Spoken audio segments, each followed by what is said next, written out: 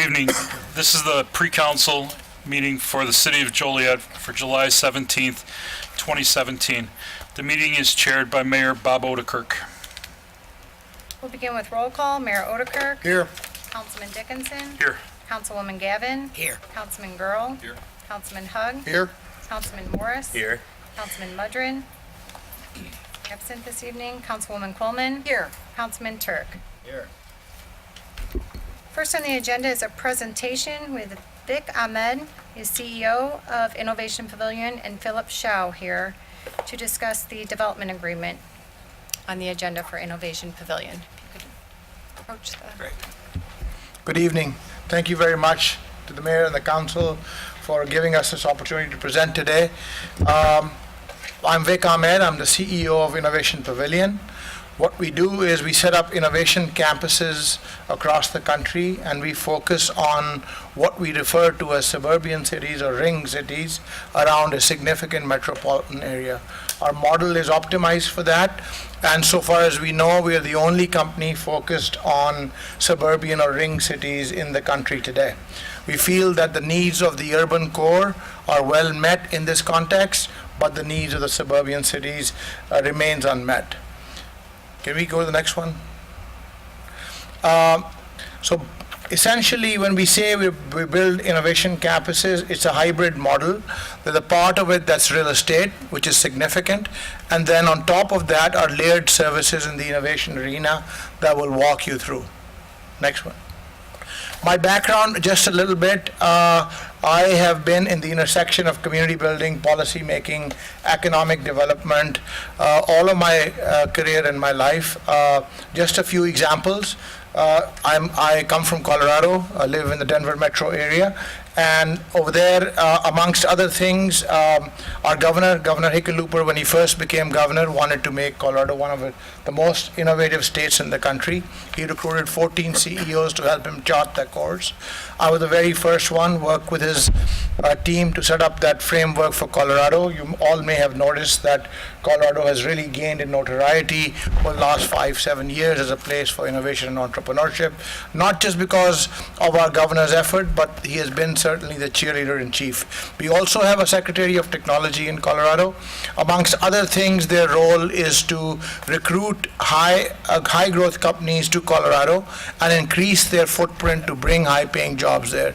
My role on that board, I was given the ambassadorship for Google, and as luck would have it, Google has now announced the second largest global campus anywhere in the globe. Right in Colorado, the first phase has started. Colorado Technology Association, the largest trade body for tech companies, represents about 17,000 people. I was vice chairman for 2 years, chairman for 2 years. Colorado Association of Manufacturing and Technology, the largest. This is an organization funded primarily by the federal government through the MEP system to help local manufacturing. I'm the current chairman of the board for that. TIE, is the largest nonprofit in the world focused on fostering entrepreneurship. I was on the global board of trustees and also the founder of the local chapter in Colorado, TIE Rockies. And lastly, STEM Academy, I'm the chairman of the board for that.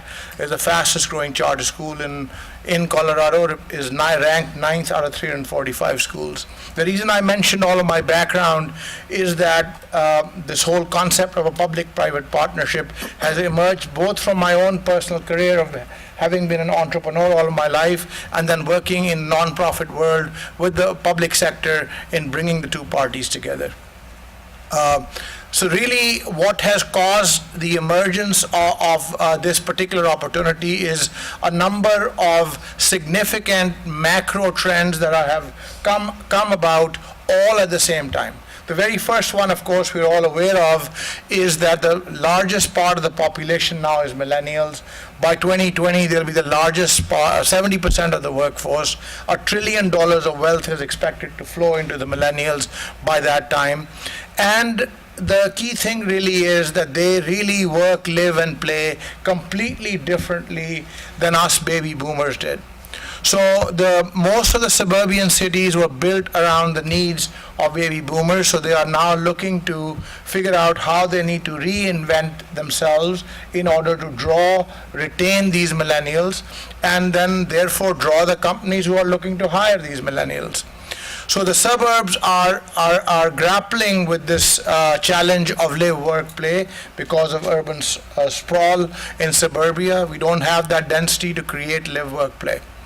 So, thirdly, the whole issue of public-private partnerships, it used to be that only the largest projects were allocated to doing public-private partnerships, but today even the smallest of initiatives involves both the public sector and the private sector, because as we know, the tendency out there in the country is that the public sector funding is becoming tougher and tougher, and it makes a lot more sense to use dollars from both sides to forward the objectives of the citizens and the companies that we serve in our respective cities.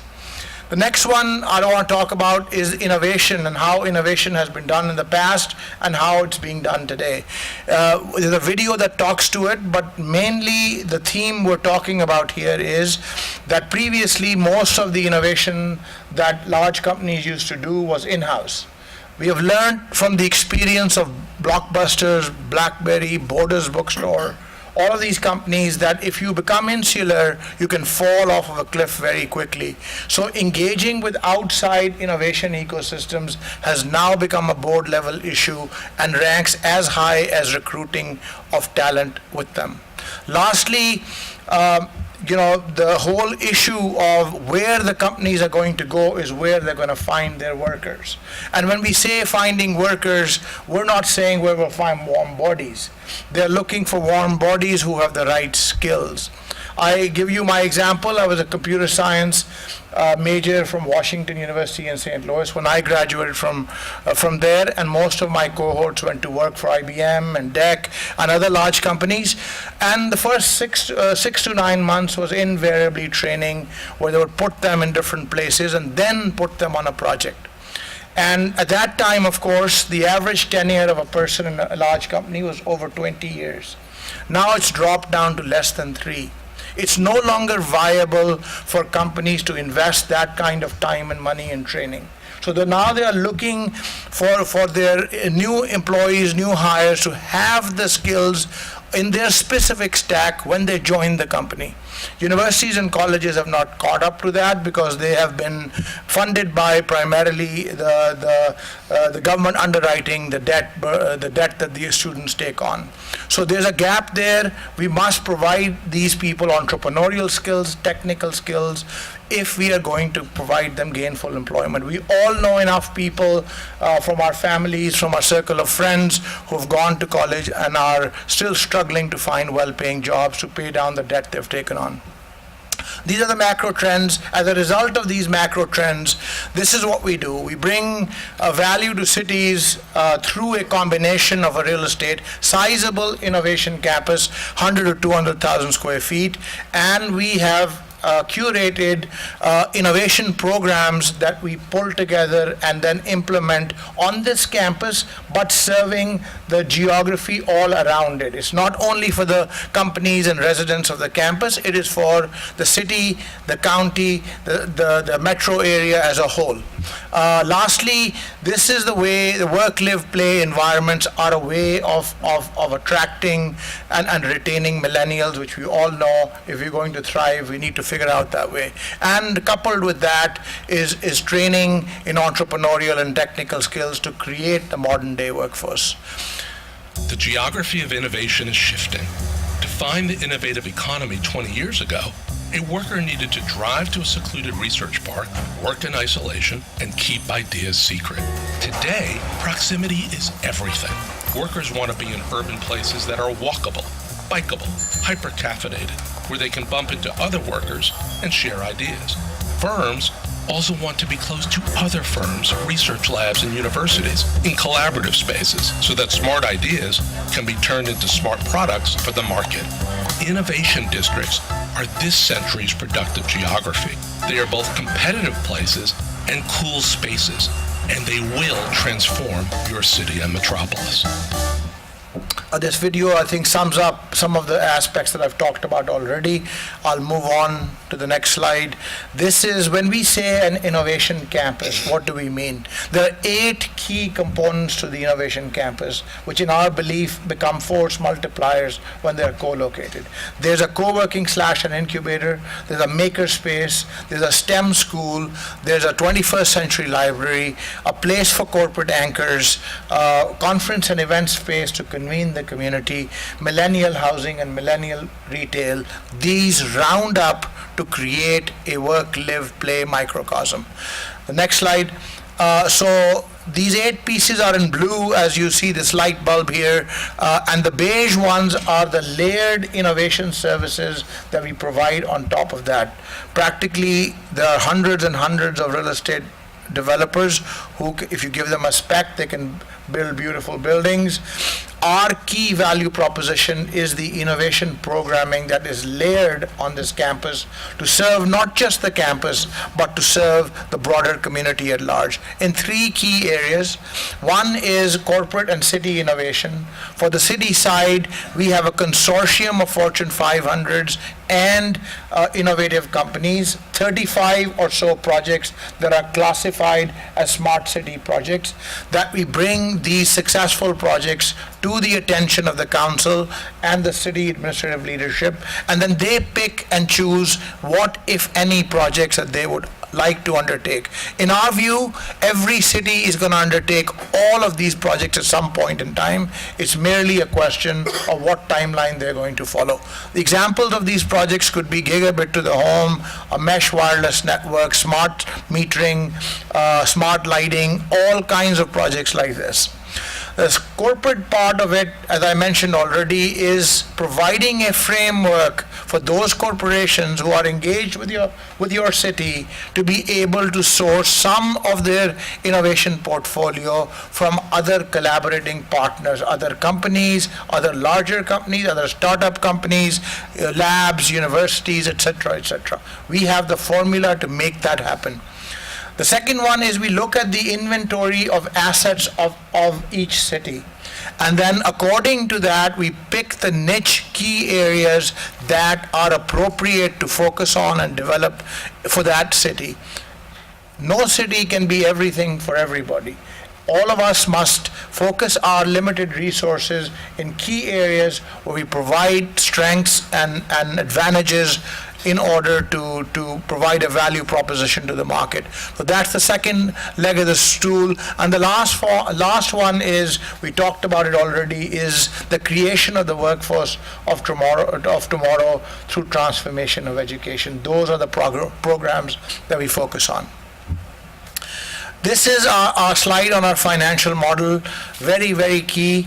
What our value proposition to cities is, since it's a public-private partnership, that we have a vehicle, a mechanism of creating high-growth companies and nurturing existing high-growth companies. And by creating and nurturing these high-growth companies, they create high-paying jobs, which creates wealth in the community and, of course, the jobs itself. We take this part and take it to the city in the public-private partnership. We ask for fiscal and tax incentives from the city in order to make this project viable. If a city were to undertake its own innovation center, which indeed many cities across the country have done, and there are various ranges to that. Some cities have spent a few $100,000 on it, and there are cities that have spent millions.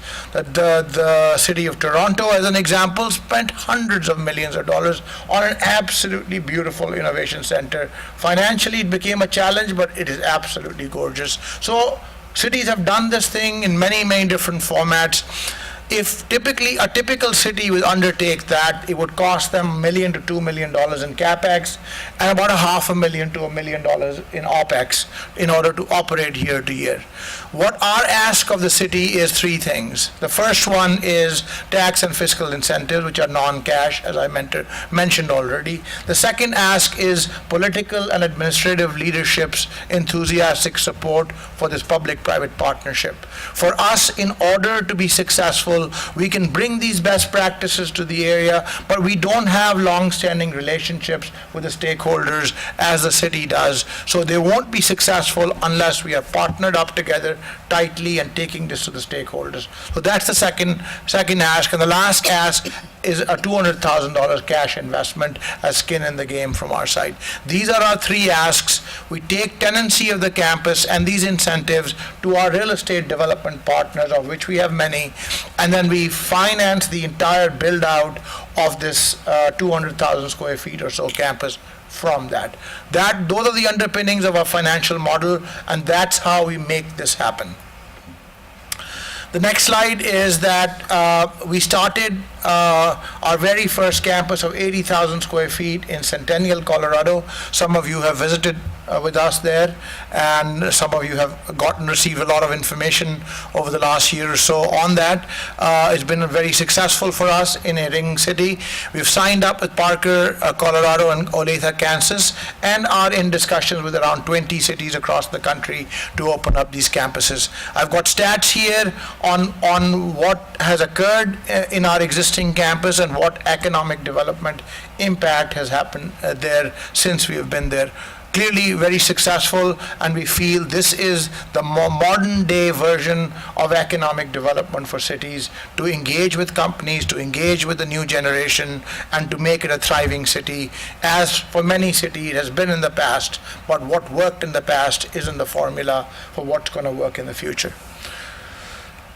This is just a rendition of the campus we are planning to build in Parker, Colorado, and there should be another layout of the downtown area of Olathe, Kansas that we are developing. I always try to close with this quote, which is one of my favorites from Henry Ford: whether you think you can or you think you can't, you're right. I think attitude, it represents all of it, and we are extremely excited in our engagement so far with the political leadership of this town as well as the administrative leadership, and looking forward to hopefully moving forward on this project. Here for any questions. Thank you. Thank you. Before any questions, Steve, would you like to fill in some of the blanks? Because I'm sure the council has a lot of questions. Sure, Mayor. Obviously, the development agreement that's in your packet has the summary of what it is this city would be committing to, but it's a framework agreement. I mean, this is the first agreement that then has later specifics based upon their work plan and based upon the actual design of their buildings and the amount of square feet and all.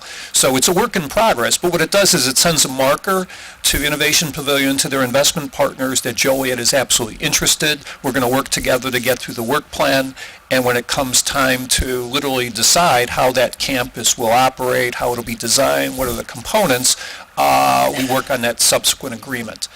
As Vic indicated, we have visited Colorado. We had a delegation consisting of elected officials, staff members. This is your third time out here in Joliet, I believe. So they've done a lot of due diligence with regard to visiting Joliet, touring some of the sites, hearing what the highlights are in our downtown, what makes Joliet buzz. And I got to tell you, they always left with a smile. So I think from the perspective of what they're trying to offer, and the kind of environment that they want to have this campus exist in, Joliet certainly provides that template for them. So, certainly you could have questions now or wait until we get to the development agreement. Certainly questions of me or questions of them, however council wants to proceed. Any questions? Just one. Yes. Why Joliet? So, ma'am, thank you. So we picked 6 metropolitan areas that we have focused on to set up 4 or 5 centers around that metropolitan area, which is Chicago in this particular case. We're not going to set up a operation in Chicago. As I mentioned, we are focused exclusively on ring cities, and Chicago's needs are well met already. In order to, as you all know, that living in a close by city to Chicago, that the urban cores suck up all the air, in terms of resources, in terms of attention and all that. In order to to get the attention, whether it's of companies, for the innovation ecosystem, or other stakeholders, one has to have some size. So our plan for these 6 metropolitan areas is to have 5 or 6 cities in the ring around that signed up with campuses of 200,000 square feet. And that would make us the single largest player in Metro Chicago in a few years. That means that whatever we set up could not be ignored. That would serve the needs of our city partners. The reason why Joliet in particular is important, so we picked Chicago metro area, and then we reached out to 40 odd cities. And ma'am, it's a self-selecting process. The only cities that responded to us, who took the time to come and visit with us, who engaged with us over this last year or so, are the cities that have an interest. And that is the key reason for us to get excited. This is not something that we could do by ourselves. It is a public-private partnership. So the engagement that we have seen from the administrative leadership of the city and the political leadership of the city is what gets us excited. Well, I have to say, I'm pretty excited about it myself. I can't get my head around everything just yet, but it's certainly cutting edge and something that we could really use. So I'm very impressed with it. Thank you. Well, thank you. Some of my questions might sound ignorant because I'm ignorant to. I'm not a millennial. I'm lucky. I'm on the fringe probably of a baby boomer. So, but like, you have the campus. Yes. Okay, what typically happens on a day-to-day basis on the campus? I mean, you've got the library, you've got retail, you've got housing, you've got. Like one campus you said had 75 companies, but the area you're looking at couldn't possibly have 75 companies. So. Oh, I would say 75 and more. And believe me, when I was setting up in Centennial 5 years ago, that's what people said. A friend of mine who were in the tech business said, "You are nuts. You should be setting something up in Denver downtown or Boulder downtown. What are you doing here in a ring suburban city?" The truth of the matter is that this whole country is moving towards being a country of entrepreneurs. It used to be the best of the best. I give you my own example. I went to Washington University in St. Louis, a fairly highly rated university. Most of the young people of that time wanted to go work for large companies and work there for life. That was the American dream, and buy that home with the white picket fence. Today, if you look at the top universities in the country and talk to their graduates, they want to start their own thing. Not only is it the young people who are looking to do that, people who are mid-career are looking for that, people who are retiring are looking to do that. So there's a ground shift happening out there of people wanting to become entrepreneurs. And as we already know from the stats that are available, that the economic engine now is these startup high growth companies. The elephant hunting days are sort of over. I'm not suggesting that we shouldn't attract the larger companies still and bring them in. They create a lot of value, but the real economic growth, the real job creation is being done by high growth companies. And those require a different set of things. So in my mind, every community here, 75 is not the number we are targeting. It's going to be much higher than that. And it is just like in Centennial, the people came from the woodwork. These are the people who are already working for these successful companies. They are living in those suburban homes, but they had no place to convene themselves.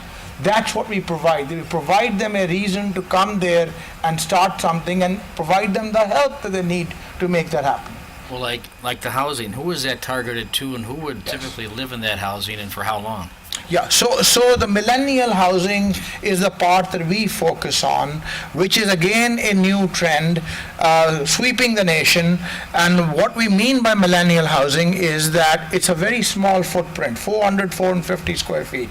I mean, really small, but it's really cool, it's really hip, modern, and it has got a lot of common places: barbecues, pools, TV rooms, places for social interaction for these young people's passions of what they want to do, and for how they're going to advance their careers. It is all now intermingled together. Millennials, as the stats are showing, spend a disproportionate amount of money on food and entertainment. They barely cook. Now, interestingly, if we look at the numbers, Sounds like my house. We're all millennials. that was where I was going to. So interestingly, 30 to 35% of the people that are coming to live in these places are aging baby boomers like me. Right, who kids have grown up already, they don't want the burden of managing a big footprint, and they are also saying, I want to just walk and have a good meal and have that work, live, play, and want to hang out with the young people. You know, I don't want to hang out with people my own age. I want to hang out with the young people too. So interestingly enough, this millennial housing is millennial-minded housing. And a lot of parts of our constituency are moving in that direction. And our role really is to bring attention to it so that affordable housing, but it's not affordable housing in the sense that we have talked about affordable housing in the past, which you wouldn't want to live in probably, right? We're talking about these cool, hip places, and you get the new age thinking incorporated into it. So we're finding that many generations are taking advantage of this type of housing. Thank you. Thank you. Questions? That's awesome. I mean, Thanks. That was like legit. Thank you very much. just one comment, just to look at this. Oh, yeah, I know. It's exciting from the vision that we have for our downtown and what we're doing and trying to foster the relationships with the millennials and bringing them in. So your concept is awesome.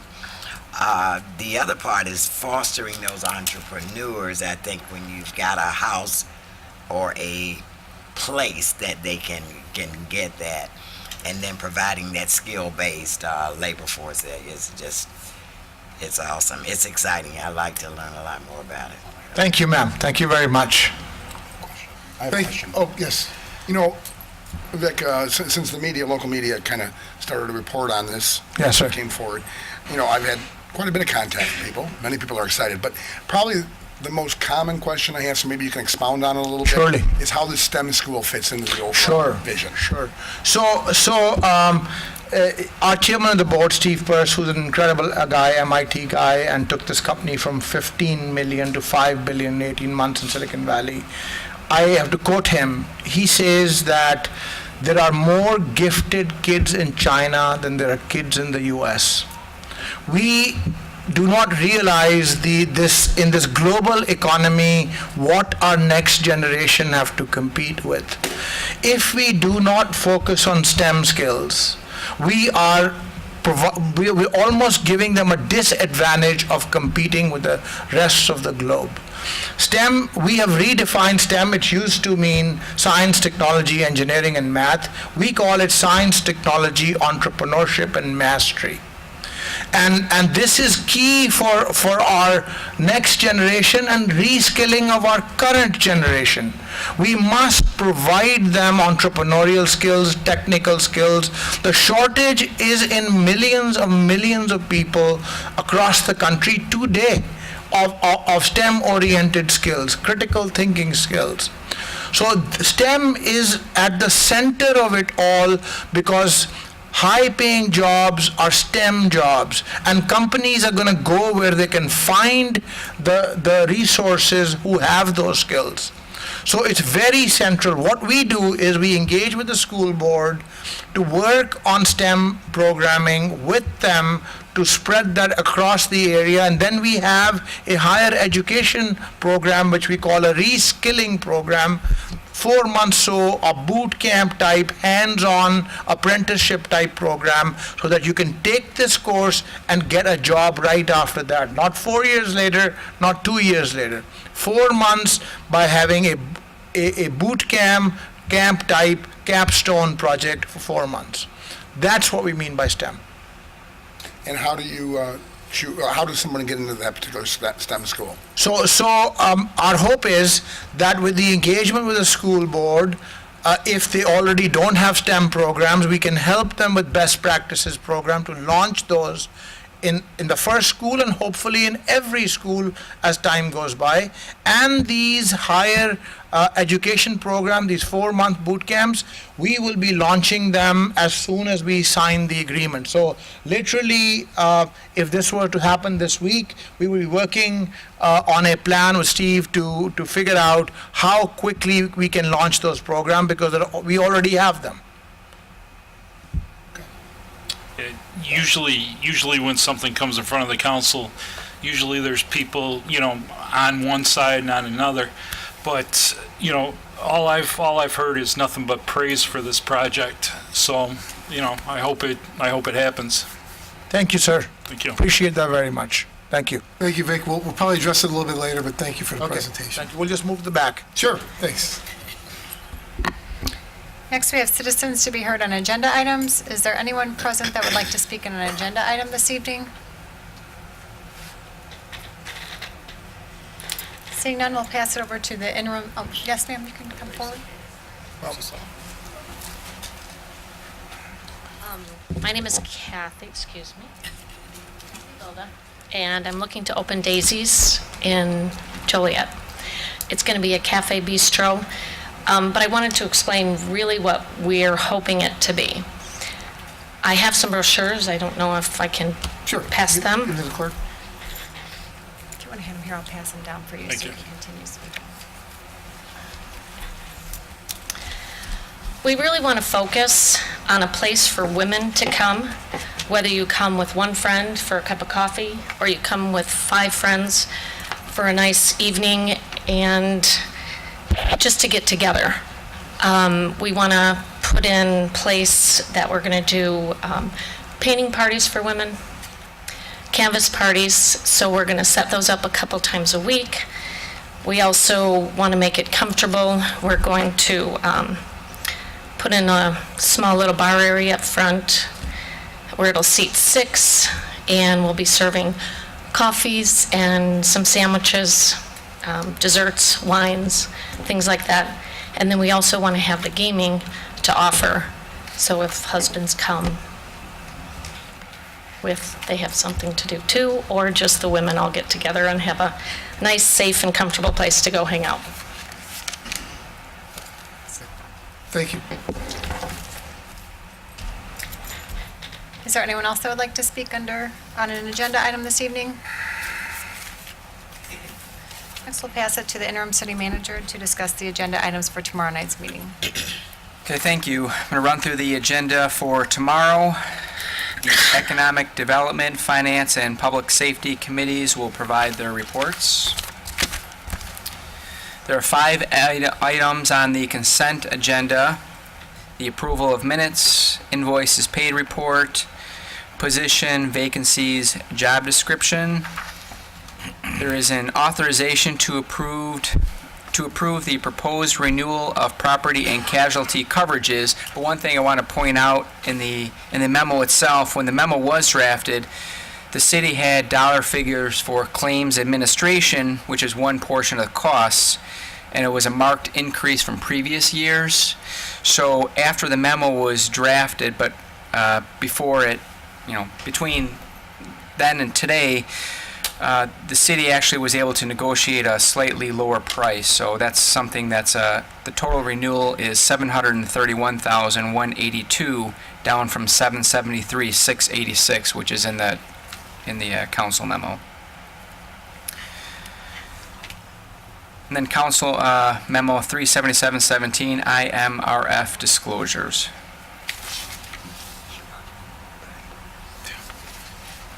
Under license and permit applications, there are 2 items on the agenda: transfers Class C liquor license, and then a denial of a order of a Class D liquor license. So I'm going to just turn it over to the Deputy Liquor Commissioner. Mayor, City Council. Council Number 379-17. A public hearing was held on June 14th, 2017 at 9:30 a.m. for a transfer of a Class C liquor license. The applicant is Nikhil Patel, DBA Chicago Dreams Food and Liquor. The location is 2352 Glenwood Avenue. No persons appeared in opposition. There are no outstanding monies owed to the city. The police and fire department and building department have no issues. Based on the facts of this hearing, the Liquor Commission is recommending approval. Council number 380-17.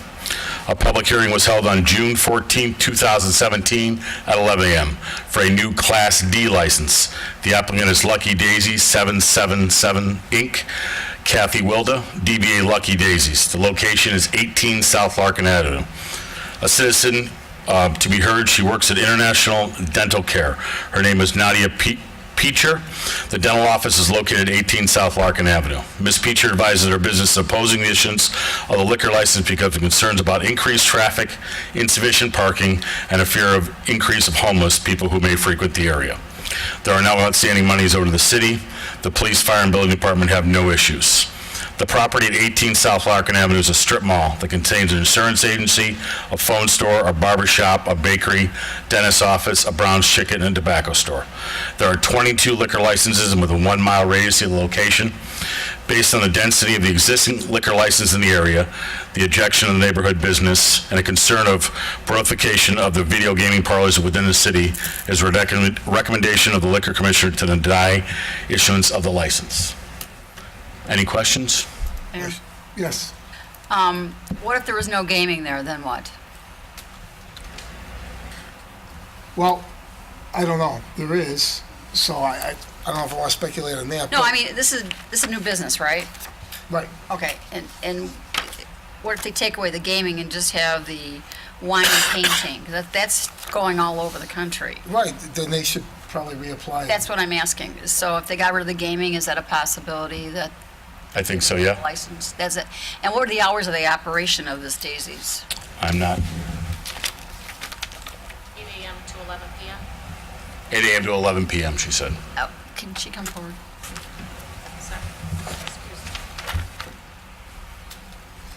Okay, so you want a wine bar, but you're open at 8 o'clock in the morning. So can you tell us a little bit more about your business? Well, we can also host, because there's a lot of women, stay-home moms, that also like together. So get together during the day while their kids are at school. So we were going to offer the painting parties and that also during the day. That's where we're going to have coffees and our little breakfast sandwiches and things like that, or a place for women to gather.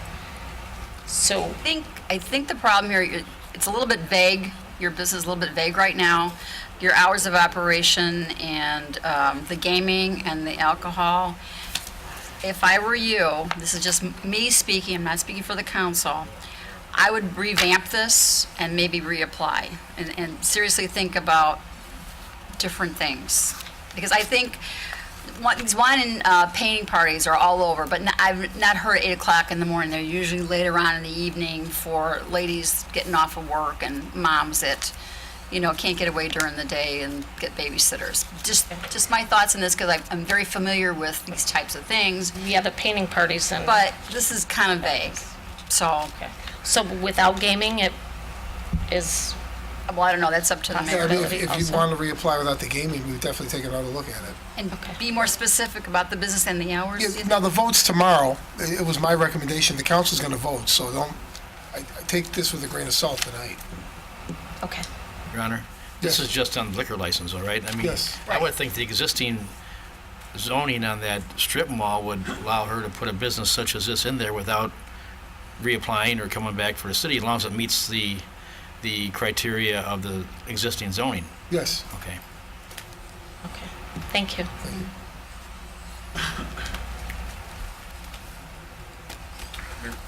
Yes. I just got a quick question, something that Mike had said.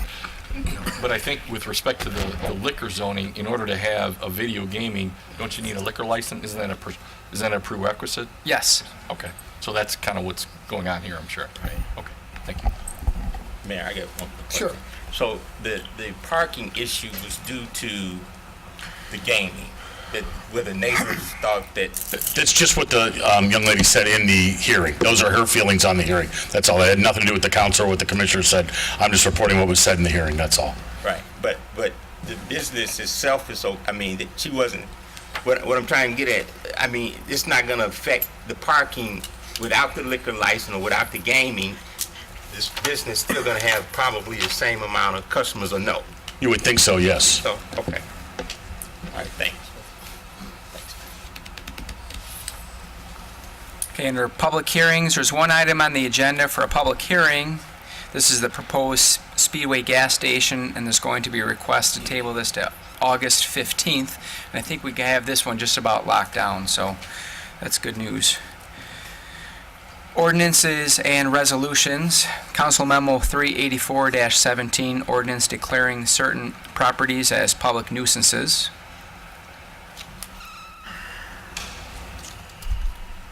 Council Memo 385-17, ordinance approving a variation of use to allow continuation of a 7-unit and single-family house in R4 use in an R2 single-family zoning located at 209 and 211 North Center.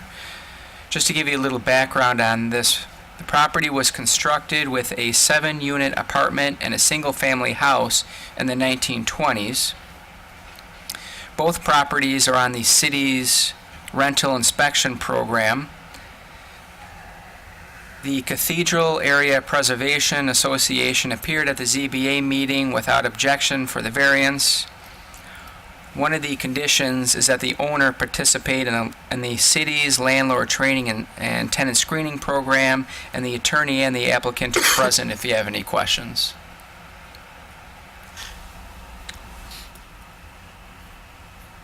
Council Memo 386-17, ordinance approving a special use permit to allow an appliance retail store located at 1301 North Broadway Street.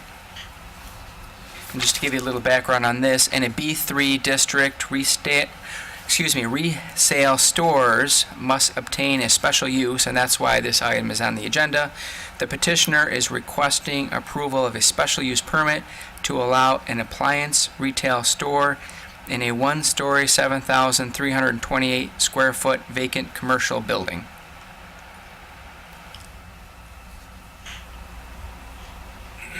Under resolutions, Council Memo 388-17, resolution approving and authorizing the execution of a collective bargaining agreement with Illinois Fraternal Order of Police Labor Council patrol officers for 2016-2019. So this, again, is essentially a rehash of the previous FOP contract agreement and incorporates, if you recall, the master contract settlement agreement signed by the FOP and all the other labor unions in February 2016.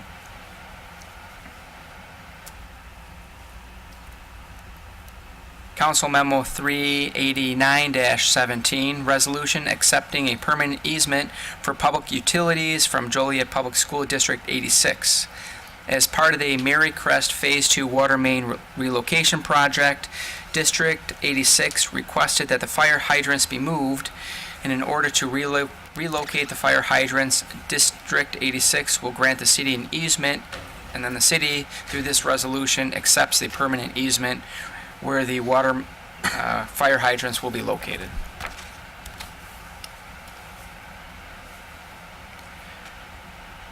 Council Memo 390-17, resolution authorizing execution of a license agreement between Level 3 Communications, LLC, and the City of Joliet for use of the city's right-of-way. Level 3 is requesting permission to install fiber in the city's right-of-way, and the city negotiated a non-exclusive license agreement for said installation.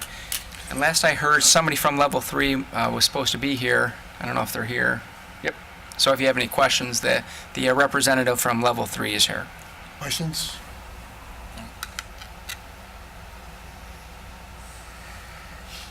Council Memo 391-17, resolution approving a development agreement with Startup Pavilion, DBA Innovation Pavilion. So there is one thing that I wanted to touch on that really we didn't talk about too much on this, was the incentives. So with in the development agreement, that the incentives are going to be offered upon application for a building permit. So it pushes it back a little bit further than getting it up front. So at that point, we thought as a staff, they've actually committed a little bit more than just, ideas and talking. So Mayor? Yes. Yeah, we discussed it at the Economic Development Committee, and just to build on that point, before they can apply for the building permits, they have to do their engineering and their architectural, which is well into the six figures of its own. So that is a complete, commitment. Right. Foreseeing any unforeseen things that would undo those building permits. So yeah, originally it was kind of discussed the possibility of doing it up front-loaded and came up with this agreement. Right. And it's important to know that the incentives, should they become payable because we have the project, which I think we all hope, the incentives will be paid out of the TIF, not out of the general fund. And that's exactly what SSAs and TIFs have been designed for, is to improve or attract development for that area, defined area. Did I say that right, Steve? Yes, sir. And both sites are within, Right, the TIF yes, / SSA. yes. Correct. So, I was excited when I heard that it won't be coming out of the general fund. We're actually putting it to good use. And we have somewhere north of 600,000 in the affected TIF. Correct, Steve? That's the fund balance in the TIF. There's additional revenues within the special service area. And literally, keep in mind that the work plan here will be multi-years, most likely. There'll be additional revenues generated within the TIF and the SSA up to that point. So I wouldn't worry about having that dollar amount reserved in anticipation of this project happening. No, my only point was it's a healthy fund that we carry from year to year. It goes up and down. Yeah. If we find good projects like this to spend those economic development. Right, and that's the purpose of these funds. Exactly, of the TIF. So I think it made it clear that it's coming out of the TIF exactly for what it's designed to do. And that this project, once it's built out, will be paying into that same TIF. Correct. So this is not a tax exempt project. I don't want people to confuse public-private partnership. That's a partnership in marketing, if you will. They own it, and as they improve that land, they will pay their taxes into that for that building, and much of that will go into the TIF based on the baseline. That's all, Mr. Mayor. Just wanted to clarify. Thank you. And then under bids and contracts, these are going to be reported on by Public Service Committee tomorrow. And finally, there is a request for executive session. First, we have public comments. Is there anyone that would like to speak under public comments this evening? Seeing none, is there a motion to go into closed session to discuss personnel, collective bargaining, land acquisition, or conveyance pending or threatened litigation, after which the meeting will be adjourned? Move to approve. Second. Been motion and seconded to approve. Councilman Dickinson? Aye. Councilwoman Gavin? Aye. Councilman Girl? Aye. Councilman Hug? Aye? Councilman Morris? Aye. Councilwoman Coleman? Aye. Councilman Turk? Aye. Motion carried.